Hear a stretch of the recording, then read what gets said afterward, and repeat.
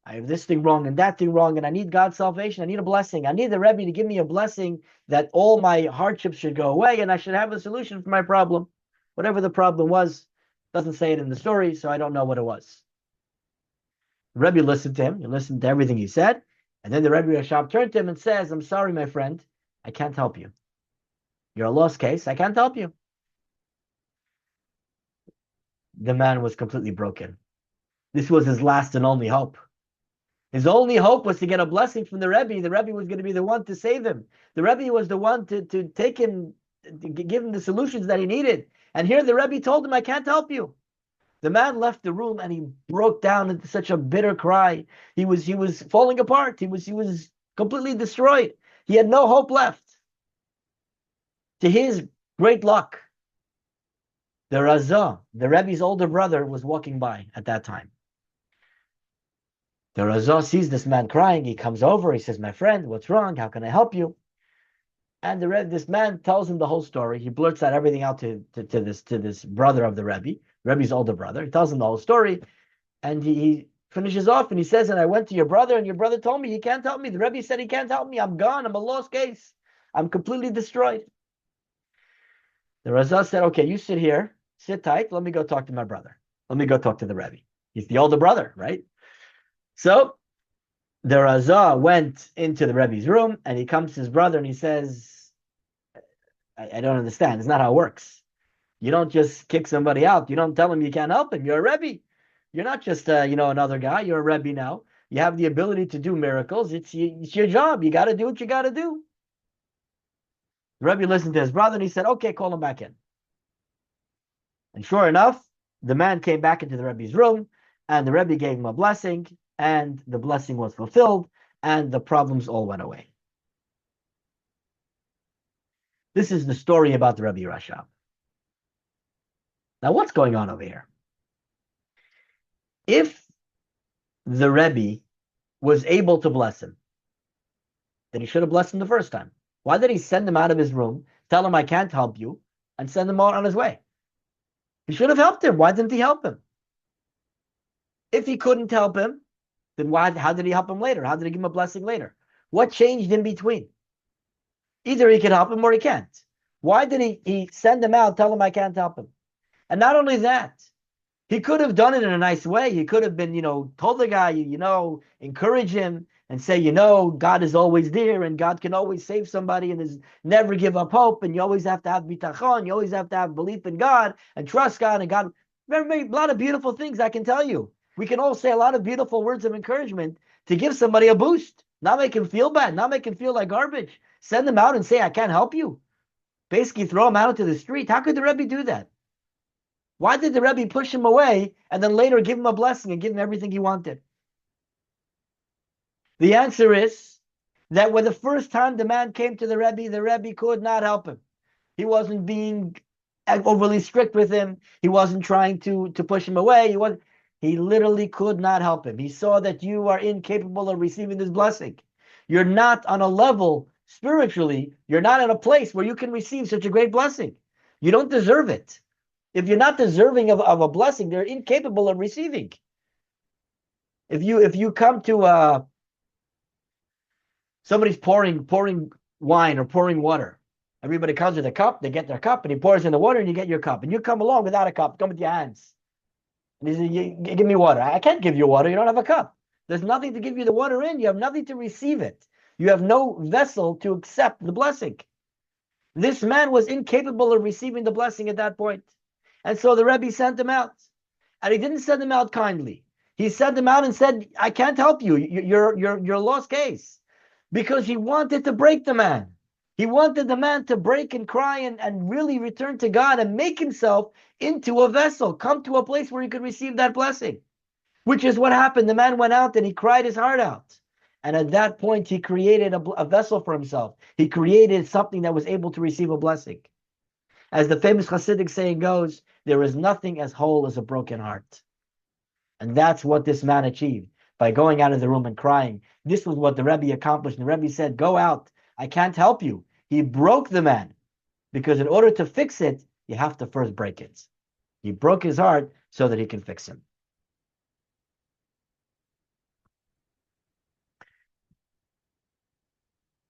Sometimes, in order to achieve something great, you have to push. Sometimes you need to have some pressure. If you don't get some pressure, you're never going to achieve the results. If you try to take an olive and you want some olive oil, and you say, I'm going to be very gentle, I'm going to gently extract the oil from the olive. You can't. There's no gentle way of extracting oil from an olive. You want to extract the oil, you got to crush that olive.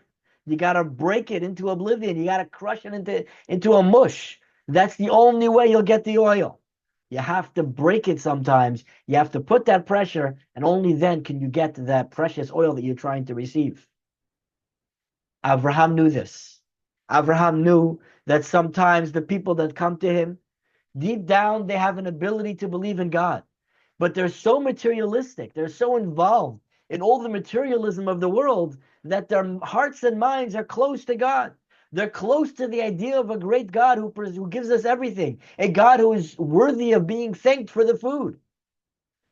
People would come to Abraham and they were incapable of receiving that message. Abraham saw this, and Abraham said, we got to break that materialism. We got to talk to them in the only language they understand. Give them a big bill. Make them feel the pain. Give them a shock. Wake them up. That shock will be enough to get them going, to remember, to realize who they are, to realize who God is, to realize that there is a God in the world, and open up their ears to hear the message Abraham was giving. It was a shock. It was a wake-up call. It's like somebody who's having a heart attack. His heart stops beating. What do you take the defibrillator and they give him a huge electric shock? What are you doing? You're killing the guy. You give him an electric shock. No, the electric shock wakes him up. It gets his heart going again. You shock the heart back into its job of beating. This is the idea. This is what it's all about. Abraham was giving him that cold water boost to say, hey, get yourself out of your hole. Realize who you are. Realize what's going on around you. Realize that there's a God in this world who has created everything. There's a beautiful story in the book of Kings. The book of Kings, there's a story of King Achab. He reigned around the year 850 BCE. Achab was one of the worst kings of Israel ever. At that time, there was two kingdoms in the land of Israel. There was the land of Judah, of Yehuda, and there was the land of Israel, of Israel. He was the king of Israel, of Israel. And he was a idol worshiper of the highest level. He made idol worship. First of all, he forbade people from traveling to the Bet HaMikdash, the temple. He forbade people of praying to God. He forced people to pray to idols, which is the gravest sin in Judaism. He went and he married a non-Jewish woman by the name of Jezebel, and she went and had all the Jewish all the prophets and all the rabbis, had them all slaughtered and killed. They tried to destroy anyone that stood for Judaism. They were trying to destroy Judaism from within. Horrible, horrible things they did from the worst people.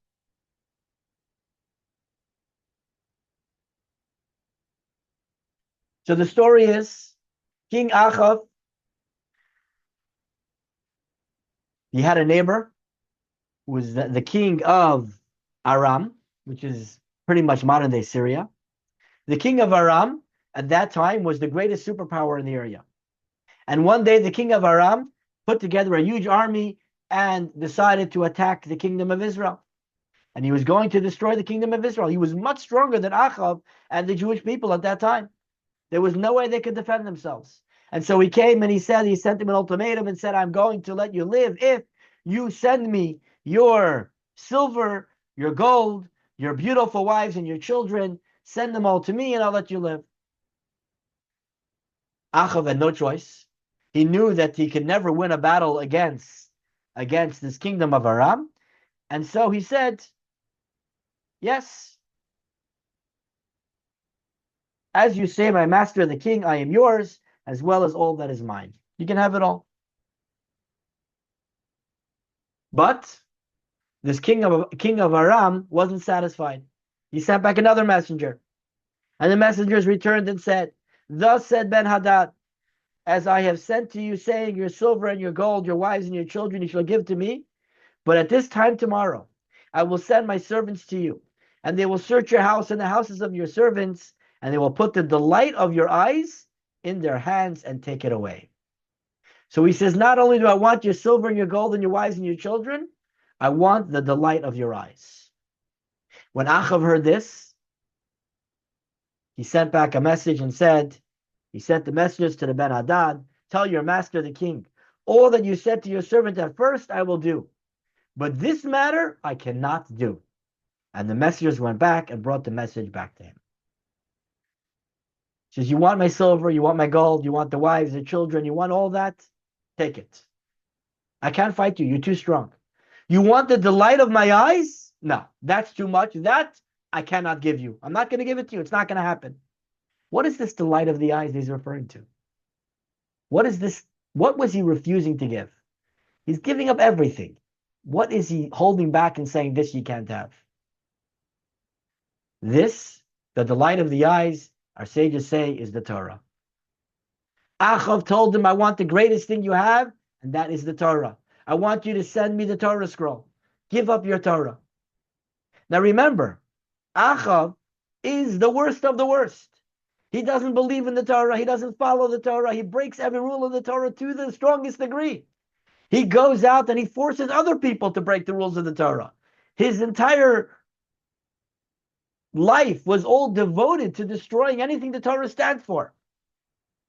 And here it comes when he's demanded, when it's demanded, he gives up the Torah and sends the Torah instead of saying, sure, please take it.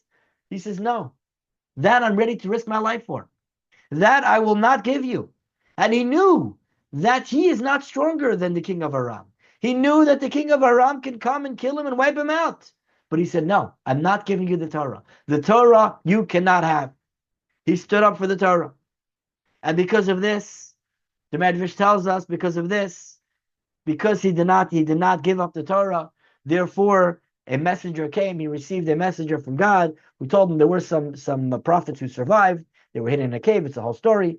But the prophet came to him and said, Hashem said, because of this, what you have done, I will actually make sure you win this war, and Aram is not going to conquer the land of Israel. And sure enough, he reigned for 22 years in his kingdom.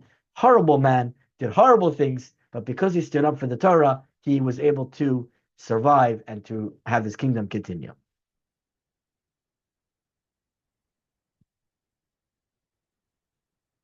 So how did this happen?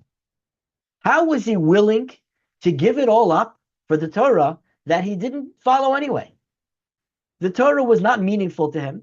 It wasn't precious to him. Yet here he was, and all these years when great prophets and people came and spoke to him and tried to tell him that you're making a mistake, you're doing the wrong thing, you're going against God, his reaction was to kill them. He didn't listen to them. He didn't take the good message and received from anybody. Every time people try to help him, he didn't take their advice.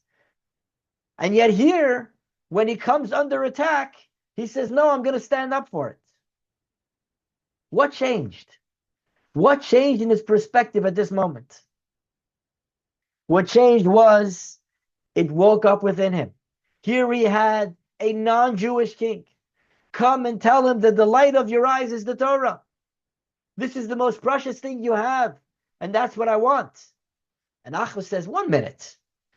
You who are not Jewish are telling me, a Jew, I don't follow the Torah, but I'm a Jew, and you're telling me that the most precious thing I have is the Torah, and you want me to give it up to you? Absolutely not. It broke him. It woke him up and said, hey, what's going on over here? This is the best thing I have. It's the most precious thing I have. I can't give it up. I have to stand up for the Torah. And it changed him. It changed his entire perspective of how he looked at the Torah until that moment. It changed his whole way of looking at things. Because it was his wake-up call. That was his splash of cold water. That was his shock that he needed to receive. That's what woke him up and made him realize that I'm doing everything wrong. My whole life is going in the wrong direction. And so the message for us, the Rebbe concluded, the message for us is that we have to know. We have to take a sign, we have to take a lesson from our forefathers, from Avraham. Avraham first tried to do things in a positive way. He tried to pass along a positive message. Tell people it's from God, you should thank God, and speak to them in a positive way. But sometimes it doesn't work. Sometimes it's not enough.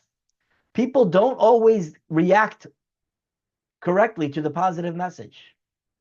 When that happens, sometimes the only thing you have left is a little pushing, a little pressure. Sometimes that's what you got to do. You have to give them that little bit of pressure to wake them up to realize, yeah, there is something here that I have to think about. There is a deeper message here. So obviously, we don't go for the we don't start threatening people and putting pressure on people right away. But if we have to sometimes put a little bit of pressure to lead somebody in the right direction, don't be afraid to do that. Because sometimes that's the message that they have to receive. That's the only message they're going to get through sometimes. And that is the lesson that we receive from Abraham. We have to be ready to do whatever has to get done. The Rebbe instituted at that time, this is in the 1970s, the Rebbe instituted the idea of Chabad rabbis standing on the streets, asking people the infamous question now, excuse me, sir, are you Jewish? Something that was unheard of until that time. What kind of ridiculous thing? You're standing on the street asking people if they're Jewish. But it was a shock. It was a code. People were like, what do you mean, am I Jewish? And they started thinking like, hey, 1 second, I am Jewish. What does that mean to me? What does it mean to be a Jew? And people started thinking, and people started questioning their path in life. And that was the message Rabbi was giving. Don't be afraid. Don't be afraid to go out there. Don't be afraid to make yourself and make somebody else a little bit uncomfortable. Because that message is the message that can save them. It's the message that can bring them closer, and to connect them to godliness, connect them to who they really are in their soul. And that is the message that we get from Abraham, from our forefather, in this week's Torah portion.